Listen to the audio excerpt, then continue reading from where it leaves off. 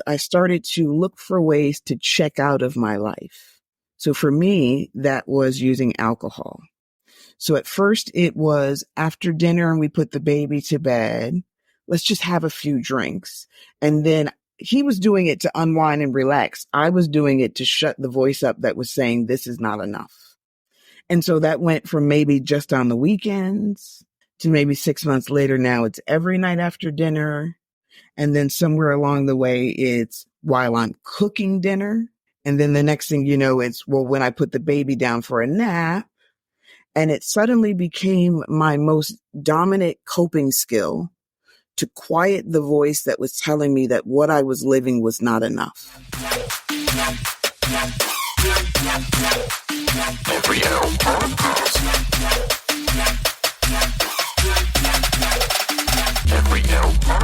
Welcome, ladies and gentlemen. I'm your host, Matt Brown, and you're listening to the Every L Podcast. Each episode, we'll have a different guest come on and talk about when life hands you an L, is it really a loss or is it something else? Because not every L is a loss. So sit back, relax, or do whatever you guys do to get comfortable as we get into this. Let's go.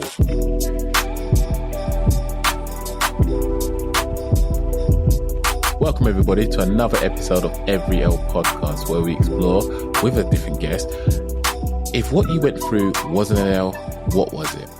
Or was it an L? Because let's be honest, sometimes it is, sometimes it isn't. But until you look back and sometimes examine it a little bit closely, you don't actually know what it is. And you've got to feel what you're feeling and then look back and realize, can I put the right label to it? And sometimes you look back on it now, it will look one way. You look back at another time, it'll look a different way, because life has that weird way of helping you change perspective at any given time. If you cast your mind back, or if you've not watched it before, there's a movie called Inside Out, where there was a part in it where this girl, the main character, she had a fond memory and it made her happy. But because of situations changing, she looked back at it and she was sad. It's not a bad thing. It just means that we're growing, we're evolving, we're changing. And that's what we're kind of looking through that. So that's a little plug for Disney movie. Inside Out. Was it Inside Out? Inside, who cares? But yes, endorsement check. That's all we care about. It's true. Disney, make it happen. Make it happen. So I am, as always, happy. Before I continue, please, if you listen to this on Apple Podcasts or Spotify, please rate it. Please leave a review, just so that more people can see it and listen to the amazing stories shared by my amazing guest. But I have another amazing guest. I'm so happy. This lovely young lady I have known for so many years. I am so grateful to the internet. I'm grateful for just being able to keep connected with her over the time. And we've had a chat. It wasn't meant to be as long as it was, but we had a chat. We had a catch up, and it was just mind blowing. It was refreshing. It was just, when you speak to someone and it just feels so effortless and you're thinking, where have you been my whole life? Why don't I have more of these conversations? But I'm so excited for everything she's achieved, everything she's going to achieve. Got a beautiful daughter, got a fantastic relationship with her daughter. And she's good people. She's just such good people. She's eloquent. Don't get me wrong, she'll tell you about yourself if she needs to. But the way she just conducts herself, where she'll keep it 100 with you. And the spaces she occupies, she does it by being authentically herself. I am so honored and so privileged to have her as a friend, and I will claim her as my friend, even though she's borderline celebrity status in my mind. I have the amazing Denitra, and I would love for you to introduce yourself as you see fit before we go into your L's. Matt, thank you for that intro. I'm going to record and save this podcast just so on my down days I can listen to all those wonderful things that you said about me. I am Denitra Letrice. I am a motivational speaker. I am a coach. I am a consultant. More importantly, I am a seeker of a unique experience while I move through this earth school in this body that I inhabit now. I am constantly curious, always sort of pulling a thread, trying to find the lesson in what we live and hoping to inspire others to do the same as well. Wow. See how eloquent she is? Makes me look like an amateur. Like I just learned to talk last week. Stop. But it's fine. Oh, and if you can't tell, she's from the United States of America. That's why she got that twang. And it probably sounds so natural because when you listen to me, you're thinking, mate, shut up. When you listen to the American folks, like you got the Kellys, you got the James, you got Denitra now, you're thinking, yeah, this sounds right. This sounds proper. But it's fine. It's fine. I'm not upset by it. So Denitra has been lovely and ever-present encouragement to me to always keep me in check with my beautiful family. Not that I do anything wrong, but she just keeps telling me, tell me to love on them, which I do. Encouraging, not encouraging. That's what I do. Yeah, she actually changed the wording up there. She's like a politician. So, she wanted to change up what she was going to talk about in terms of, I asked people, what's your L? She's telling me nothing in life is an L. All right, cool. Of course, I was going to get an answer from you. I believe that, though. I honestly, in my heart, I believe that unless L stands for lesson, and unless L stands for levels, unless L stands for love, I don't see any losses. And that's fine. I can actually tell you my first thought when I was reading about this was around my divorce, which happened about 10 years ago. It was at the time where I was just newly divorced when you and I first became aware of one another and became friends. Hang on. That sounded a bit seedy there. So just to put it in context, right? It wasn't like that. Yeah, we're on two different parts of the planet. I promise it wasn't like that. It wasn't like that. Yes, you could see her picture in the thumbnail. I get that. Yes. But no, it was a mutual group called Vader, which is vlog every day in August or April at the time, and then August. April. And yeah, we met each other through that and nothing else, people. Why? Yeah. Yes. No physical contact, just through that. I promise. Just the Lord's work. That's all. But so when we think about the idea of divorce is generally seen as a loss or a failure or a very negative connotation. And so in going into my divorce, I had to really come against some of those labels and some of the stigma that were associated with it. Here was the reality. I had been married for 10 years to an amazing man who was a spectacular father to our daughter, who needed out of a relationship things I could not give. And in turn, I needed things from that relationship that I also wasn't receiving. So rather than keep each other together in this marriage because society tells us till death do you part, I made the decision that the most loving thing to do was to leave that marriage. In fact, I remember saying to him, I love you enough to want you to be with someone who lights up when you walk in the room. I can't be that right now, but I love you enough to want that for you. That was another thing that I learned through that L. The idea that love and possession are not the same thing, right? We're still tied into Shakespeare. So I love so much that I cannot live without them. I can love you real good and never see you again. I promise, right? I can still have every good intention for you. I can love you enough to understand that I'm not what's best for you, and then put you in a position so that you can go and find that, right? I know myself well enough to know, and loving myself enough to know the recipe I was given as a young woman. Here's the recipe, y'all. I'm going to tell you, you've heard it before. Nod along wherever you're listening to this podcast. It is be nice, go to school, get a degree, get married, buy a house, have kids. That's the recipe. Bake that at 350 degrees Celsius or Fahrenheit for the rest of your life, and it'll be a happy life, right? The reality of it is I started doing that recipe and realized right after bought the house and had a baby that this wasn't working for me. So do I love myself enough to write a new recipe for me?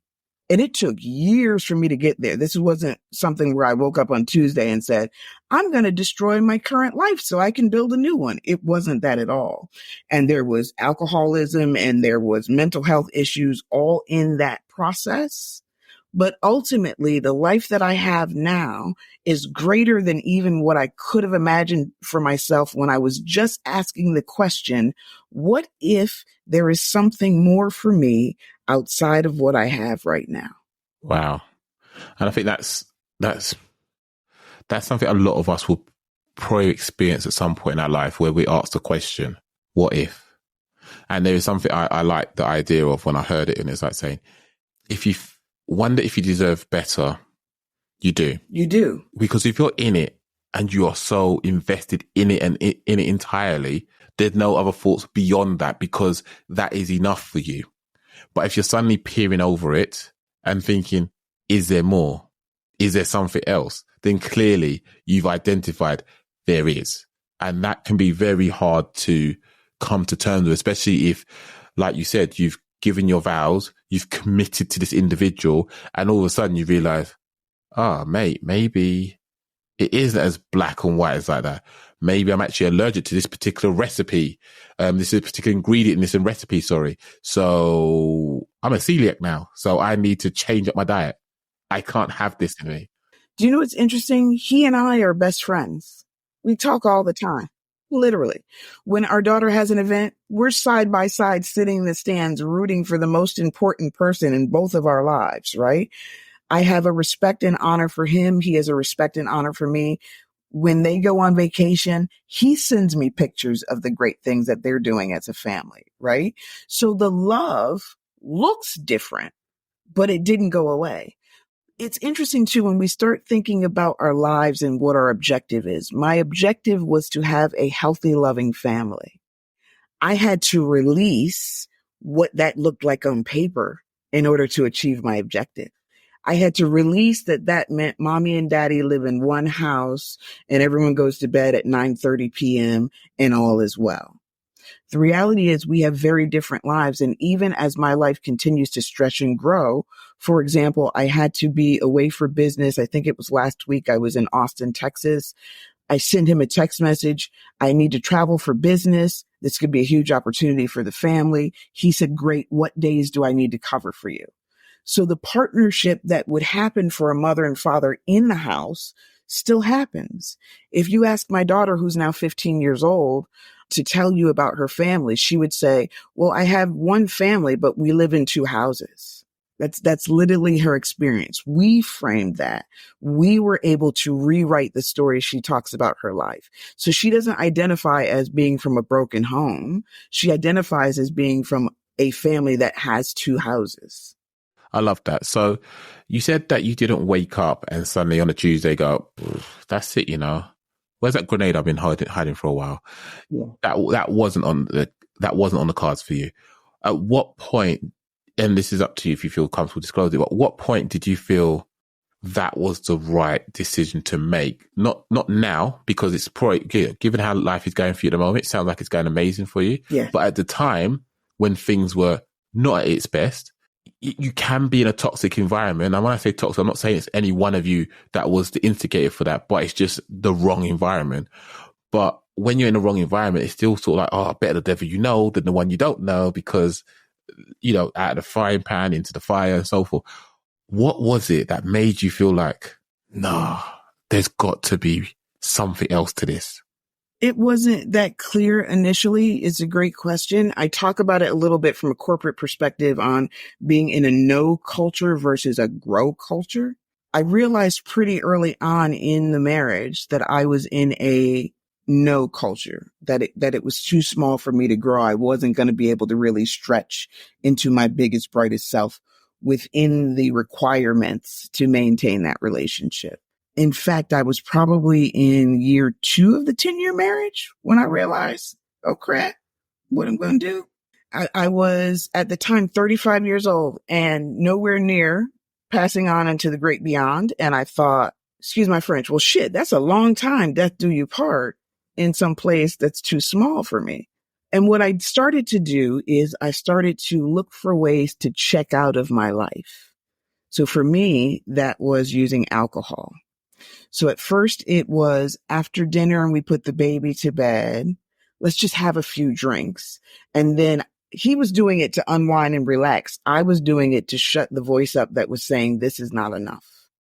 And so that went from maybe just on the weekends to maybe 6 months later. Now it's every night after dinner. And then somewhere along the way, it's while I'm cooking dinner. And then the next thing you know, it's, well, when I put the baby down for a nap. And it suddenly became my most dominant coping skill to quiet the voice that was telling me that what I was living was not enough. I had at that point also started thinking, I'm not going to say suicidal thoughts, even though they were, because they didn't show up as you should kill yourself. That's not what the voice was saying to me. The voice was saying, how much longer do I need to do this? So here's a quick note to all your listeners. If you are in anything, any relationship, any job, whatever it may be in your life that is making you evaluate if you want to stay in your life, that thing needs to go. That thing needs to go.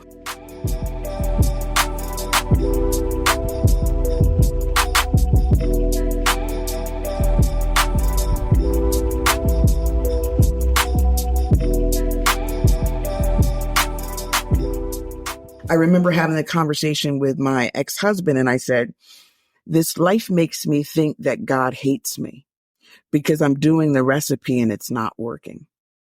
And he said, well, what are you thinking about doing? And our daughter was maybe 4 or 5 months. I said, well, I think I should just leave. And he was opposed to getting a divorce at the time. And I said, well, in order to stay, I'm going to have to be drunk like the whole time. And he was like, whatever you need to do, just as long as you stay, I don't really care. And so from that moment, from that conversation until the moment where we finally sat down as adults and said, yeah, we need to get the hell out of this thing because everybody's now doing bad, it was 4 years. So it wasn't an overnight shift that happened. I also didn't want to leave and abandon him. I wanted to honor his part in the change. Okay, this Tuesday, I really do want to leave, but maybe I should read this book. Should we go to counseling? So it wasn't an easy thing to disengage from that part of my life. But in my heart, I always knew that was true. And so there I am. We make the decision to separate. It's probably the weirdest separation of divorced people you ever want to see. My family had come and moved my stuff out of the house. They're in the driveway waiting to take me to my new apartment. He and I are in the kitchen hugging and crying because that was our dream, right? Our dream when we stood up that day and did those vows was really forever. And so now to come to this intersection where we understand forever looks different than we thought, it was a very painful thing. And I went over to my new apartment where I was staying, start unpacking, and the first thing I do is reach for a drink. Oh, crap. He's not here now. That life that I was in has changed, and I'm still dependent on the thing that got me through the last hurdle. What do I do now? And that's really when my discovery journey started. The beautiful thing about being a now 10-year sober alcoholic is... Congratulations. Thank you. Sane and sober, I must constantly do an inventory of what's my part in what's going on in my life, right? There's a lot of stuff we have no control over. How your parents handled you when you were a child, you're not going to be able to fix that. It's already in the past. Hopefully you can come to some sort of peace with it within yourselves and move forward.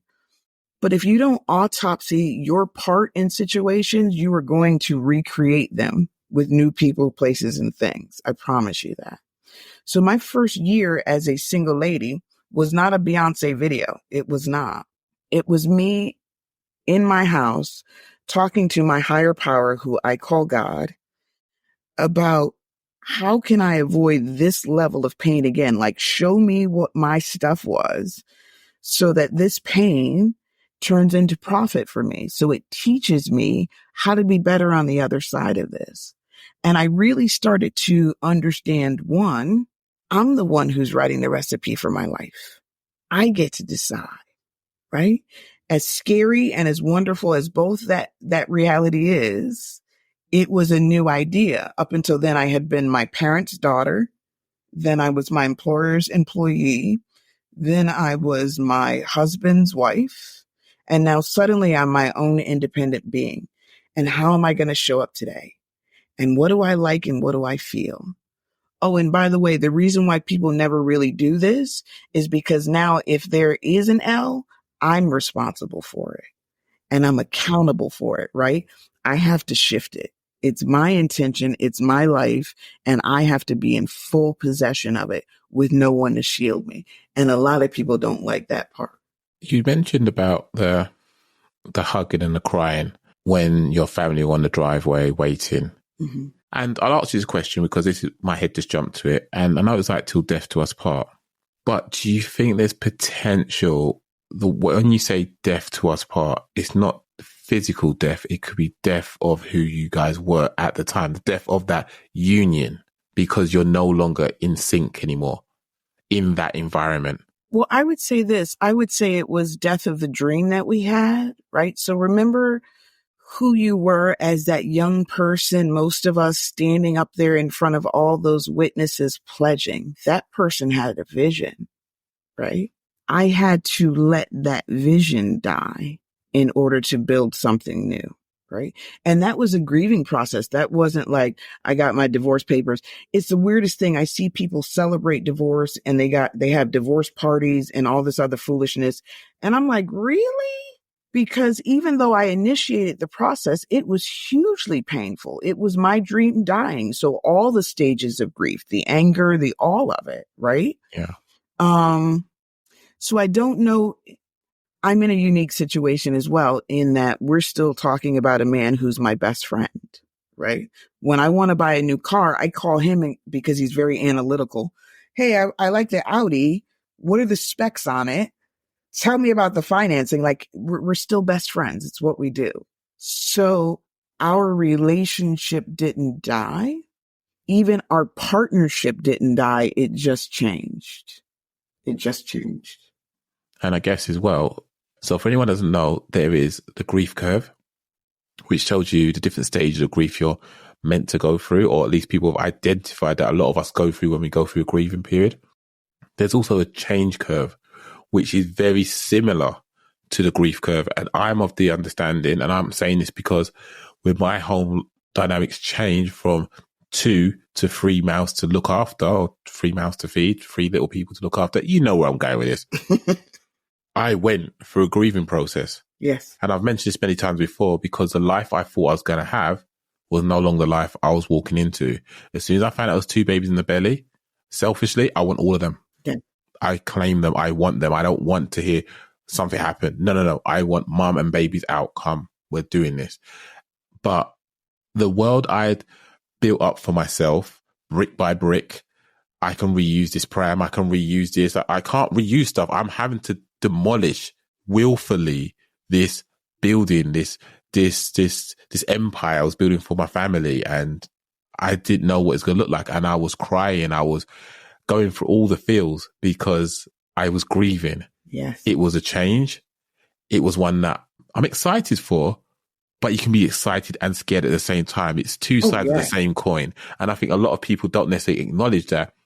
And if you can't have those conversations yourself because maybe you're not in the right environment to be able to have those reflective moments, that the time to meditate without being, like you said, your parent's child, your partner's other half, your parent, you're like parents, you're never. Once you're a parent, that's it. Someone told me many years ago, they said, being a parent is like buying a one-way ticket to a desert island. I'm like, why would I do that for? I'm tanned. I'm good. I don't need that. But now, obviously, I love my family off. That there's, some of the things they say and some of the stuff they do, I just feel like just put that into a syringe, check in my veins, and I'm good. It's just, it's so beautiful. I love my children so much. I love my family, and my wife is my best friend. I'm just so fortunate to be able to go on this journey with her. And I love hearing how yes, your relationship didn't survive in the marriage term, but your relationship still survived beyond that. It was just that component, that aspect of it, which is what didn't survive. I want to ask you a question. How did your family feel when you told them, guys, gotta tell you something? How do they feel about the divorce? Yeah. So I live here in the U.S. We're going to talk real for a second. All the time. My ex-husband is white. He's Irish Catholic. I am not. I am African American. My country is my family is traceable in this country all the way back to 1851 before I lost record, right? So ingest the history of African Americans in this country with racism, with the era of slavery, with Jim Crow. So needless to say, for my family, it was more a shock that we were getting married in the first place, not that it didn't work out. I can remember it was quite a big deal when I introduced him to my father because we weren't sure if that was going to be a smooth transition. And my father eventually said to my ex-husband, I don't really see color anymore. I just see love and it's okay. And he was welcomed into the family. I think when I was probably about 2 years married, my father said to me, I never had an issue with you being in a relationship with a white man. My issue was love is already hard enough. Adding race on top of that, how does that work? Right? I do think when my family and I sat down and started talking about the divorce, and suddenly they realized, oh, well, it's not about race. Oh, well, no, he's not mean to me. No, he's not beating me up. Yeah, we're financially successful and he works very hard. Then they were like, well, explain to us what you mean that it doesn't fit you and you need to be bigger. Like the gender stereotype that they had on wife was larger than one they may have had across the boundaries of race, if you will.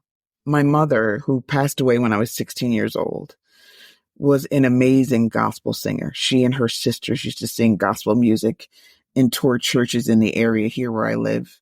And I remember sitting on the side of her bed in her final days as she was passing away and thinking to myself, I wonder what she would have been if not for us. So at 15, 16 years old, I was already very clear that in the role of wife, she had to make herself smaller to care for us. So now fast forward, here I was all those years later, taking a different path than the one she chose to take. So for them, they were like, oh, well, someone must be cheating. I'm like, yeah, no one's cheating. It's fine. Even my family dropped me off at my apartment. It was December 31st, which happens to be my birthday. And the next morning, January 1st, my then still husband came with my daughter and we all had breakfast to welcome our daughter to her new second home. So yeah, I think the family was more like, what's wrong with you, Denitra, than they were what happened in the marriage. Wow. Was that a surprise to you? No, because I was well aware that in my family, patriarchy is primary regardless of race. So for example, my father used to give me advice when we were engaged. Whatever he likes, you need to take an interest in. Really? Yeah, if he likes baseball, you need to learn about baseball so that you can be a true companion to him. I said, well, he's not learning about rap music for me. So I always knew that my family's ideals were antiquated based on what I believed, and I wasn't going to be able to fit in that space. I am the dark horse in the family for sure. Given the fact that your mum unfortunately passed at such an early time in your life, and it sounds like your dad then became the primary carer, raising you, and obviously saying such things because he truly believed this was the norm. Yes. Did you feel like an outsider having these contrary thoughts to what your dad's trying to promote? I have always felt that way. I remember I was 9 years old. I had a crush on a kid in my neighborhood because he had a swing set in his backyard. Understand this. Oh, wow. He was prime boyfriend material with a swing set, 9 years old. That was the focus. That was the vision. And I had just come from playing on the swing set, and my father said to me, if you married someone outside the race, we disown you. And I was like, great. And walked in the house, right? Wow. That seemed like a benefit to me, not you're shunning me. I'm like, can't wait to get married, So I always knew that I didn't fit within the premise or sort of those rigid structure of what my family held as right and true. And it's not that what they believe is a bad thing, it works for them. They're traditionalist. It just didn't work for me. And I stopped a very long time ago trying to be governed by their standard. The side effect of that was I can remember being there when my mother transitioned and thinking, okay, now I'm an orphan because the one person that afforded me grace to be different has gone. And so even though my father was still alive and my aunts and uncles were still present and I have siblings, I still knew at that moment that it was me, that there was something about me that was different. And so I identified that as being orphaned at that time. Really? Yeah. That hurts. Really sorry to hear. When you were going through your alcoholic stage and just trying to cope with quietening the voice in your head, I'm not saying you hit rock bottom, but I'm saying you probably just was coming to a head. You was just getting there. If you could roll the clock back, and I'm not talking about changing things in the past that will then change the future today. I'm not saying that at all. I'm just saying if you had an opportunity to talk to your younger self to try and help you make sense of all that was going on, what would you have told yourself to help you navigate that situation a little bit better? I do believe addiction is genetic. So I think it would have showed up in some way just because of my gene soup, if you will. But what I discovered in getting sober, in doing the work to get sober, is when I looked at the traumatic experience that happened to me from 0 to 16 years old, and then I looked from 16 until I was at that point 38 when I came into recovery. What I noticed is, and my sponsor was amazing in that she made me do the work about when I was a child as well. What I noticed is I was recreating childhood trauma in my present day relationships. So if I could have said anything to that young girl, 16 years old, standing there waiting for them to come take her mother's body out of the room, I would say, find a therapist immediately and do this work. If you don't, you're going to recreate it in your adult life.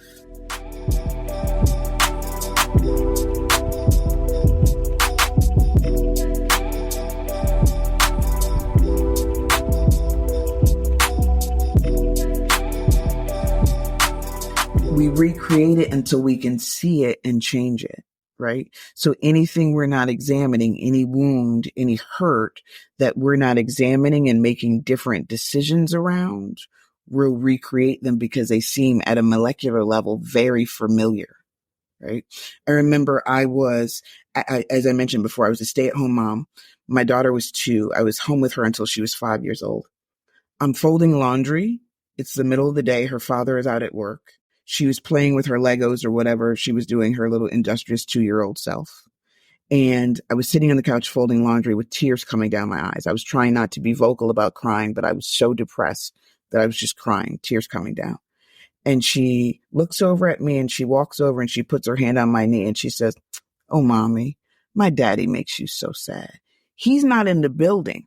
He's not in the building, but somehow my 2-year-old could identify this relationship that you're in."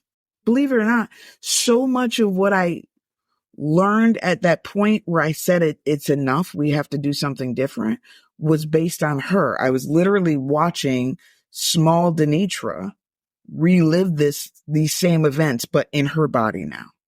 Wow. Yeah, it's very interesting.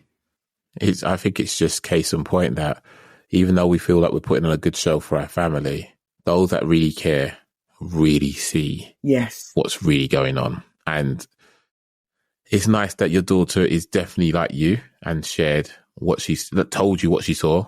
And that's powerful. Here's a full circle moment. I can remember my father was the alcoholic in his relationship with my mother. I remember coming home from school, having been told by a friend about what a divorce was. I was 8 years old. It was 3rd grade. I came home. "Hey, mommy, did you know you could get a divorce?" Right? So full circle moment. I just assumed my mother didn't know she could leave. Wow. This is why you sent me to school so I can learn this stuff and help you. I'm learning stuff you didn't know. There's benefits. Moreover, I get 2 Christmases. We should check into this. I'm not saying pick now. Just saying there's benefits for both of us in this. Oh, gosh, that's funny. Oh, gosh. But, you don't know what you don't know. At the time, you didn't understand, read the room, read the situation. You just went blah, blah, blah, blah, because that's what it is. But I've always held that place that the simplest thing to do is tell the truth, right? So even 8-year-old me was like, just need to tell you this truth, then we'll just all be better. Thank you. Good night. Oh, gosh. So in that situation, and I know you said nothing's a loss. Yes. But that's not an L. What are you calling that? Don't have to start with the L. It can be anything you want. But what was that? What did that situation, what did that series of circumstances, what did you gain from it? The situation with my childhood, I really learned levels of my strength. If I'm going for an L, I'm going to say levels, right? Sometimes we think that we're strong. Sometimes we hope that we're resilient, but I can point to evidence in my life to prove to you that I am both those things.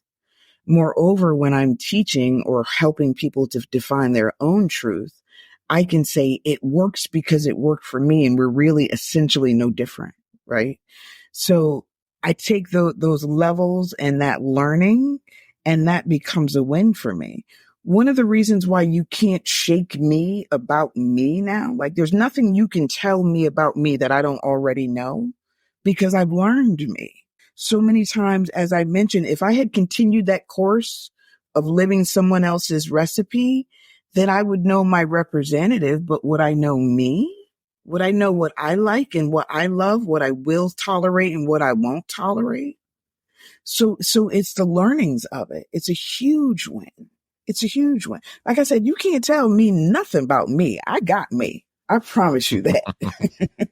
And what would you say is the reason for you being able to be as confident as you are right now? Would you say therapy had that much of a positive impact on yourself? Would you say it's just through having time, meditate? Would you say your faith plays a contributing factor towards it? Like, what makes you so empowered within your own skin, within your own personality, that you can just walk into a room and just be you unapologetically? Because I tried the alternative, right? I tried low self-esteem. That didn't work. That made me depressed, right? I tried letting other people define who and what I was, and that didn't work because that was always too small. So I decided to use the same level of energy that I normally use to trust other people's opinion about me, and started trusting my own opinion about me. The other thing is that in sobriety, I came into relationship with my higher power, whom I call God, in a different way than ever before. And I was raised in the church. I don't know if this is true where you are, Matt, but in the U.S., Black church is serious business, right? Everybody's going to hell but the Black church, according to them, right? But they also left me with this idea of a higher power that was sitting up on some throne in heaven with an abacus, counting the number of times that I failed and messed up and screwed up, who would ultimately at some point I would stand before them, and he would decide if I was going to go to hell for the stuff that he knew I was going to do before I was even born. Yeah. Weird to me, right? So in sobriety, when I started really thinking about what I would think a loving higher power would be, I actually referenced a lot of my relationship with my daughter. What if the same way that I want every good thing for my child, my higher power wants every good thing for me? Whoa, every good thing? Really? Wow, that's pretty powerful. What if instead of passively standing by, my higher power is actively rooting for my success? Ooh, you got my back? That's powerful, right? Maya Angelou says it way more articulate, and I'm going to butcher the quote, but she says, who can stand against me when God and I together form the majority, right? So suddenly nothing is impossible. Nothing. Might be impractical, might be improbable. Like I'm probably not going to be an astronaut because I don't want to. But anything I want to be, why can't I have it? And getting really, really curious about who I am as a person. Therapy was a tool. My recovery group was a tool. But it really always came back to me exploring me. What makes my heart race with excitement? What brings me joy? What do I believe to be true about me? I know that I'm a visionary. I don't shrink from that anymore.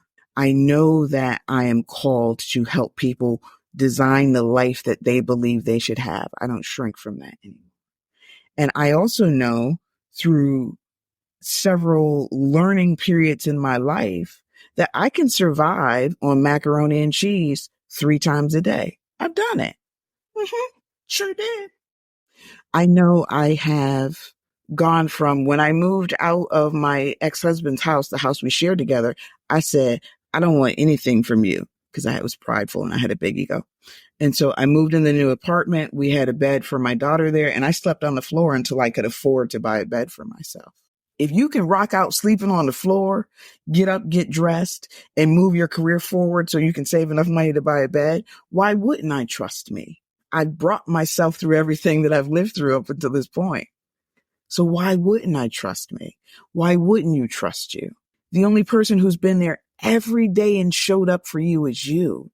That's the learning that you should really get a hold of. That one will take you far.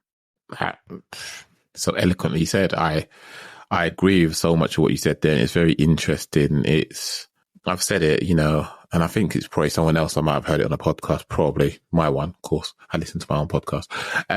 When I edit it, people, I'm not trying to get no numbers up any different ways. But it's true. Very much people look in the mirror and they see a reflection rather than see the person, see the individual, because you are never going to change. I've got a big thing about birthdays. I love people celebrating their birthdays. Oh, I can't wait. I stopped counting. I don't like birthdays. And bearing in mind, I lost one of my cousins who hung himself at the age of 21, left 2 young children behind at the time. And for me, it's like when people are saying, oh, I don't like my birthday, don't get wrong. You have your reasons for why you don't like birthdays. It sounds.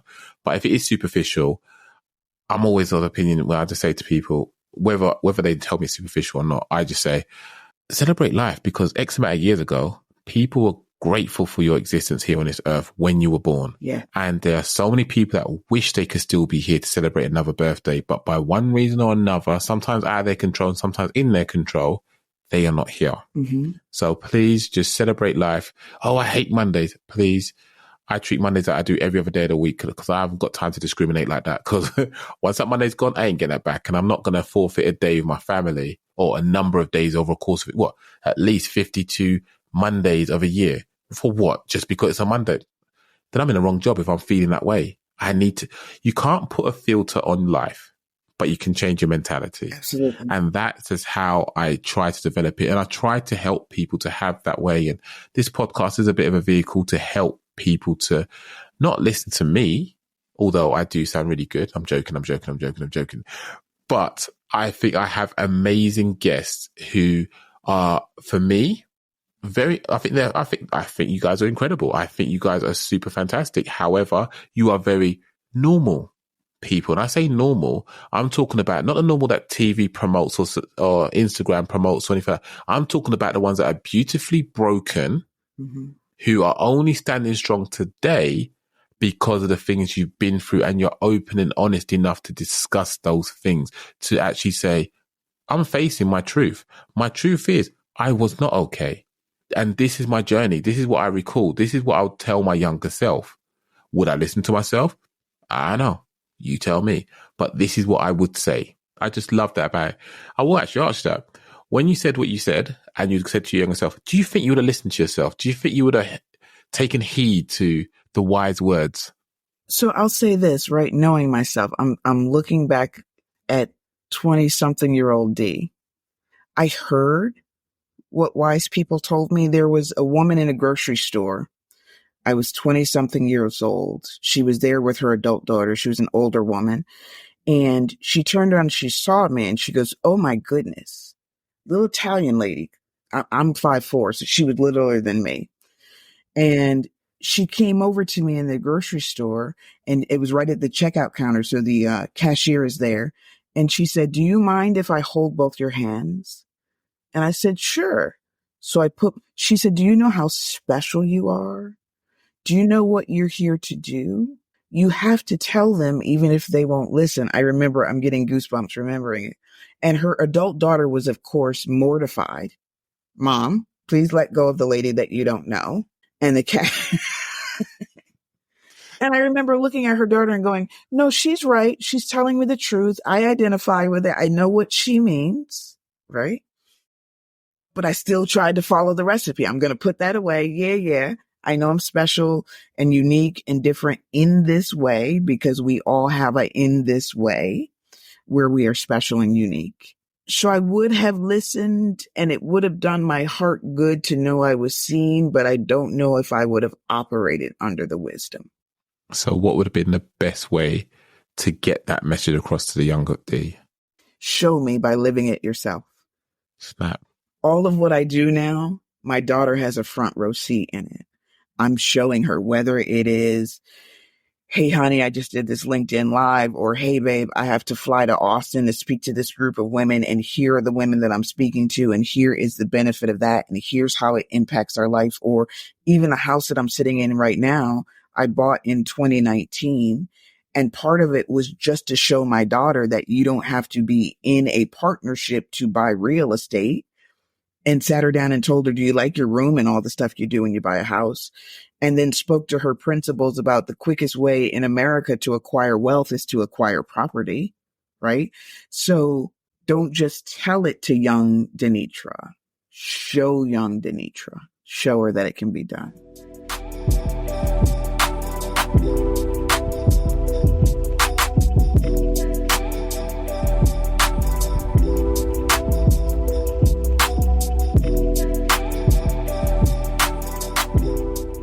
Powerful. And I think that's a lot of things that we neglect to do. I often tell people, when I worked in finance, I'd always say, do this, do that, but it's easy, blah, blah, blah. I said, but you do it for your kids. So why you do it for yourself? Do you not love yourself as much as you love them? Yeah, but if, it's them, and it's like, yeah, but if you don't look after yourself, you're not even able to do that for so long. But if you look after yourself, you're to do that for as long as humanly possible, because you gave yourself every opportunity to last as long as you could. Oh, yeah, that's what you mean. You make an interesting point, and it was something that I was thinking of earlier, right? On what shifted in my life. When I was working with my therapist, and I worked with her for 12 years, we just actually stopped this year because it became like girlfriend conversations, like, hey girl, how you doing? Right. We were past. Give my money back. Yeah. Girl, just come over and get something to eat and stop charging me. Right. Just stop it. So, one of the things that she called out to me is, she said, the way that you're speaking to yourself about yourself, you would never speak to your child that way. Mm-hmm. So when you get into situations that have you perplexed or are holding you up and you're just kind of stuck in that space, what would you tell your daughter? Now say that to yourself. Yeah. Right? It's so often for us to do well for the people that most have our heart. It troubles me that when we're listing off those that most have our heart, we never name ourselves. We suddenly no longer exist. Yeah. So I'll tell you what happens then, Matt, right? What we do in loving traditionally the way that we have been taught to love is we completely forget that we exist as a human being, and we externally push all our love and dedication.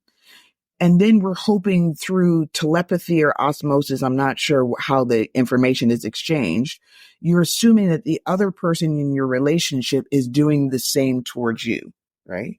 So then what happens when they don't, right?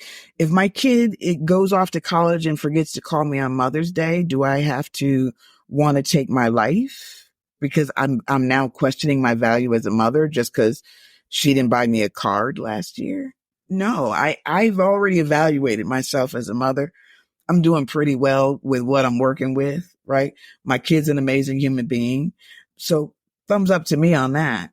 I don't need external validation for that. You know your worst. I've already given me an A on my report card in that space. I love that. See, okay, people, if you think I am always upbeat and always jolly and always that, don't get me wrong, I have my low points. Unfortunately, my wife has to feel the brunt of that, and that's just me shutting up and not saying anything and just having a bit of a detox of thoughts.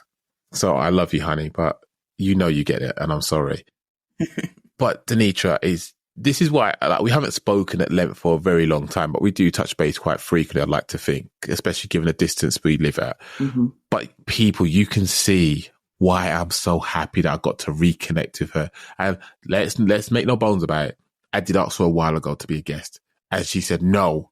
She rejected me. I didn't say no. I didn't say anything. No and nothing is not the same thing. Come on now. If a guy, let me just stress, I was not asking her out. But if a guy was to ask a woman out or another person out, whatever, right? And it was like, do you want to get a drink? And it was just silence. That's not a yes. I was evaluating the right season. She's lying. She was checking my other episodes, see what it was really like. You know what actually happened? I wanted to make sure I understand that my voice is an instrument. I don't want to throw it into the wind for no reason. So I wanted to make sure that when I came and talked to your audience and spent some time speaking with you, that I was adding value to their lives. I didn't want to take this thing lightly. So that wasn't a you thing at all. That was really me trying to be very deliberate. And also fighting back that ego thing. Like, yeah, he wants me on the podcast. Get it, D. Right? I wanted to fight that a little bit too, to make sure I really show up in service of others and not just my ego. And I appreciate that. And to be honest, you're worth the wait. I've got no shame in admitting that. I play too much. That's my problem. However, I am grateful. Again, this is an idea that's been cooking for a while. Decided to run with it because as a birthday present to myself, I thought, right, let me just run it. Don't know how I'm going to maintain it, but we're going to happen. I've even said before that, like, I do all the promo, I do all of the stuff around this. The only people that help me outside of myself producing this is my guest. But the only person I would honestly say, if it wasn't for them, I wouldn't be in this position, my wife. Yeah. If my wife wasn't holding it down with childcare, doing what she does to allow me the space to be able to do this, because it doesn't just benefit me, it benefits the listeners. I'm so grateful to her. And I will say to anybody that can find, it doesn't have to be a relationship where it's physical like that. It just needs to be the right environment, the right support network around you. Because that phrase says, if you want to go fast, go alone. But if you want to go far, go together. But you need to make sure it's the right people you're going together with. I'll take this moment and give her a shout out for always supporting you in whatever creative endeavor you were in, whether it was 7 years ago with the YouTube channels that we were trying to start out and figure out how to get what we needed to say to the world out into the ether, or if it is this, she has been a huge help. The other thing is, I don't want to give anyone the impression that me out here solo without a partner being a maverick is the way to go. It's not. It's not. It's twice as hard. In fact, I just hired a cleaning lady so that I have time to do the lawn and other stuff. So doing it solo is not the easy route. I know that's what they tell you on television. It's a lie. I'm here to clear it up. And again, this, folks, is why I like the podcast, because it's dispelling the myths. Because we see Instagram, right? And it shows us people in Dubai. It shows people that look slim and thin, and it's all lies. They don't look like that. Real people don't look like that. We could all eat the exact same food for the rest of our lives and we all look different. So don't get fixated on things that's not you. You're not running the same race as other people. Just run your race. And I love the fact that it doesn't have to be me saying this. You're hearing it from someone else. You're hearing from someone who, in the terms of society, is highly successful, even more so because she's a Black woman. She's smashing these glass ceilings and she's successful at it. But she's even telling you, I can't do all this to my old. I've still got the same amount of hours you've got, but it's just me, one, that's got to deal with it. And I still got to be a mom. I'm still doing this. I'm still doing that. I need help. And that's not a bad thing. And I just love the honesty there. I'm going to ask you for the next 2 minutes to plug yourself selfishly, what you got going on, where people can find you. Oh my goodness. This is actually probably the hardest thing for me to talk about. I instantly go into this thing where I want to giggle, believe it or not. So she's blushing, folks. She is blushing. And it's hard for a Black woman to blush, but you just did it just right now. You caught me. So as mentioned before, I am Denitra Letrice. I am a keynote motivational speaker. I am a coach. I am a consultant. I'm currently accepting one-on-one coaching clients. I'm also open to, I produced a product called Culture is Key, helping corporations to develop a culture that keeps employees engaged. I have that both virtual and in person that I offer. My website is Letrice, or DELETRICE.com. You can go right in and schedule a discovery call with me. You can also see some of the other services that I talk about. For example, if your employer wants to know more about how addiction shows in the workplace, I do some work in that space as well. On Instagram, you'll find me at DE_Letrice. On LinkedIn, it is Denitra Letrice. On Twitter, I'm not really over there right now, though. It's kind of crazy. It's also at Letrice. Fantastic. And all the details will be in the show notes. So folks, I know you loved what you heard. It's because she's an amazing individual. People, go check her out. I'm just grateful. I honestly am. I'm so humbled to have you in my life in any capacity, but to have the ability to reach out and just connect like this is just, I can't understate how grateful I am to it. So thank you very much for being on here. Guests, thank you very much for listening. It was a very different version, but you know what? The conversation we had beforehand, I wasn't going to rob myself of that conversation. I'm sorry. I wasn't going to, no. But she's a very positive person. So realistically, I think this conversation went the way it needed to go. And I hope you got something from it. Please don't only just rate this episode if you enjoyed it. Please reach out to her and let her know. Reach out and let me know how you enjoyed it, what you got from it, because she's such an amazing individual. And yeah, she's got gems for days. She'll share you stuff. She's not selfish with it. She'll share it. So I would love that. Reach out to me and tell me if something that I said struck a nerve and has you thinking about life in a different way. That feeds my spirit. So please do reach out to me and let me know. I would love to hear from you. There we go. See, folks, thank you very much. I hope this tells you that you're not alone in whatever you're going through. We all go through things. It's just no different to like when you're driving down the street and you see other people. Yes, we should all know how to drive and follow the rules of the road, but things are happening beyond what you can see. And yes, someone might look like they've got it all together because they're driving an Audi, but you don't know what the repayments are looking like and how that's just crippling their finances. Someone else might be driving a Punto or some really old, decrepit car, but they might have a mansion and they just can't afford a plush car because something's got to give, right? But ultimately, we are all going through what we're going through. We're navigating life as best we can. My current headspace says we are all building a bridge as we're actively walking on it. Yeah. We haven't got the time to have an architect involved or get a building surveyor involved. And if we do, we can plan it, but it doesn't necessarily plan it that way. So sometimes we have to walk by faith and do it. And you will have those people from a distance saying, oh, but it's all right for you because you're over there. But they don't know how many times you've been bricking it while you've had to take a step of faith and you're using whatever you can to get those plank of wood stuck to the wall. It could be a nail. It could be glue. It could be pricks. It could be chewing gum. You're just using whatever you have to hand because you know you've got to get somewhere and you're going to get there by hook or by crook. And I will commend you for any struggles you've had that you've overcome and you survived till today. Hats off to you. Congratulations. Keep doing what you're doing. And I promise you, you've overcome every worst day so far in your life and you'll continue to do so. So do not back down. Do not give up. And sometimes if you're in an environment that you don't feel like you can grow in, you just need to remove yourself from it. Be kind to yourself. Can I say one thing, Matt? Please. Listeners, if you take nothing away from anything else that I've said to you, I want you to listen to this portion and hear it in your spirit every time you get discouraged. It is in you to win. It's already there.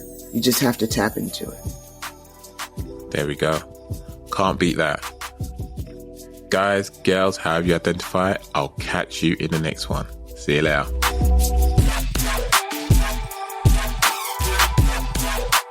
Every L podcast.